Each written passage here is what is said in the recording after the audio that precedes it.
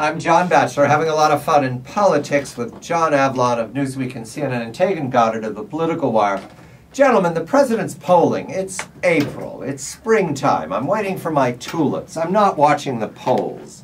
But when I do read the polls, the national polls, I see that the president has fallen off sharply in his approval rating from January when he was celebrated for the compromise of the lame duck session of Congress. And now here he's reached another compromise with the Republicans, or what represents the Republican Party, and his polls continue down. Mr. Avlon, I know I shouldn't pay attention to them, but what explains this falling away? The president remains popular, but his approval rating is dipping. Well, I think after the lame duck, the president got great marks for actually moving an agenda forward, appearing to compromise, and be the adult in the room.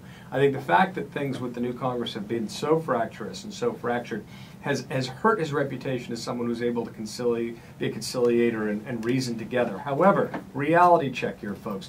A couple days ago, at any rate, the Gallup showed him split 46-46 approval, disapproval. Compare that to Reagan and Clinton, and he is above.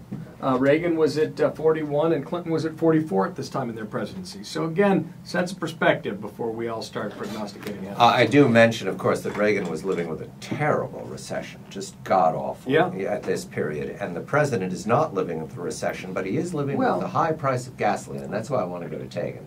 Do you see the price of gasoline in the polling right now? Do your informants see that? What is it? $4.30, $4.40? I mean, it can be as high as $5. It led all three networks tonight. Yeah, it is. I mean, that's a consistent irritant. That is obviously driving his poll numbers down. The president, in almost every single case, is the beneficiary of falling gas prices, or it's a problem when they rise like this. But when we look at this budget deal and we look at what's happened, I mean, Obama has actually just started the opening hand of his strategy for the next few months, which is to show himself, to declare victory of compromise.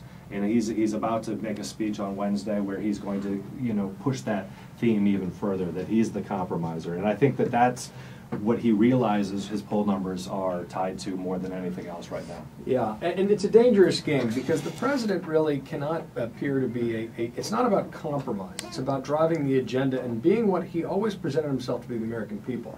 A core part of Barack Obama's biography, I believe, self-conception, how he presented himself to the American people as he is the bridge builder between races, between cultures, between generations. And that's the role he needs to play in the White House here. But that does actually entail building a bridge, presenting a plan. And he's been content, it seems to me, to play rope-a-dope with the Republicans on entitlement reform and deficit reduction in particular, where he figures that let them propose put the proposals forward, get the ancillary unpopularity that comes from saying that people are touching Social Security, Medicare, Medicaid, and then he can swoop in and resolve it. I think that's too passive a strategy at this point. I think he needs to be proactive. Taegan, you have a CNN poll today that credits the president 54% approve of how Obama handled the budget negotiations, 45% disapprove. That's a success for the president. And I think that poll in the White House today really resonated, and I think that will continue to drive their strategy. But I think John Avlon's absolutely correct in terms of in terms of he needs to be seen driving an agenda, not reacting. And it's interesting that he has a speech taking on entitlement reform on Wednesday after Paul Ryan did, because he wants to own that discussion. He doesn't want the Republicans to own that discussion. Let's turn again to Mr. Romney, who is the significant challenger to the president now, and with a Republican lead, he could be pole to pole in the lead. Mitt Romney is not a controversial Republican figure whatsoever.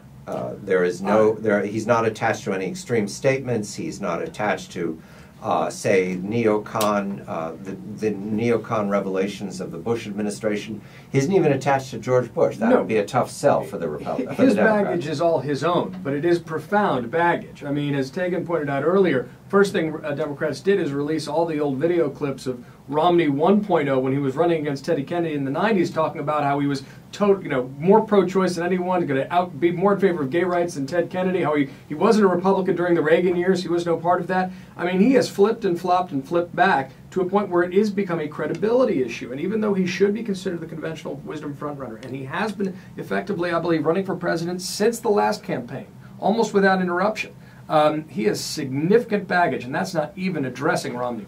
Baggage. This is an inappropriate metaphor. Let me see if I can rescue this. Someone with baggage. Sarah Palin. What happened to her? What happened to her? Taegan, you mentioned that today. John Avlon's been talking about them for several weeks. What happened to Sarah Palin? What's your answers? Did she do this to herself? Did she want out of the game so she destroyed her approvals? Well, I think a couple things happened. I think she actually did. Right around the shooting of Congressman Gabrielle Gifford, she made a few unfortunate statements, and it really did not resonate well across the country. At the same time, you have an emerging presidential campaign happening where there's other players who are taking some of her oxygen away. You have Michelle Bachmann stepping up. You have Donald Trump even stepping up. You have Rick Santorum stepping up on talking about the issues that she really had a monopoly on after the 2008 presidential campaign. Yeah. And John, about Sarah Palin, does she represent anything in the Republican Party that is missing now in their presentation, or was she the celebrity figure and the arguments are still there? Well, and you ask exactly the right question. Sarah Palin has been, up until this point, the queen of the conservative populists. But in the filling out of the Republican field at this point, there are many other pretenders to that throne. You have Michelle Bachmann, who I have joked makes Sarah Palin as the thinking man's Michelle Bachmann. You have Mike Huckabee, who has a strong claim on social conservatives. You have Rick Santorum. You have Donald Trump, who seems to be playing the no such thing as too extreme in pursuit of publicity card. Sarah Palin has been diminished over time. She has seen a steady implosion of her approval ratings, and this has been coming for a long time. Even last summer, if you looked at the questions posed to Tea Party supporters, is she ready to be president? The numbers were upside down.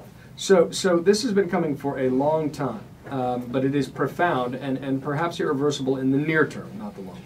And Sarah Palin retreats or shrinks or vanishes. At the same time, Glenn Beck does. Is there some coordination here? Mr. Avlon, you are the author of Wingnuts. Yes. Glenn Beck was on the front of Wingnuts. Yes. So was Keith Oberman.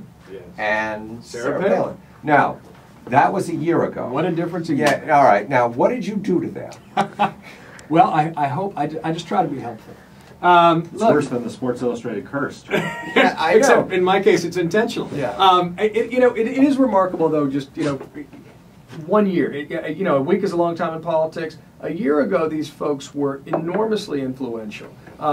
Criticizing them was considered controversial. They were at a real apex. And it is remarkable that a year later, one is off the air, the other is shuffling off the air, and the other is completely imploded in the polls. It's remarkable. Taegan, can we make sure he never puts us on the front of it? I promise.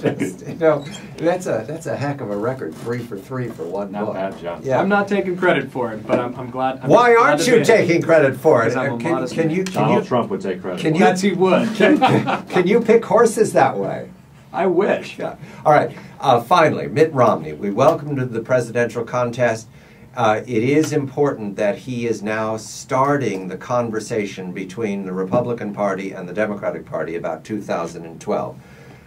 Is Mitt Romney your favorite in the lead right now, John? He should be considered the conventional wisdom frontrunner. I believe he is the prohibitive favorite ultimately. And Mr. Goddard. It has been a long time since the Republican Party did not nominate the next in line candidate, and that's Mitt Romney. Yeah. Taegan Goddard's Political Wire. I recommend it. It's always filled with smiles. And John Avlon of CNN and Newsweek, I'm John Batchelor.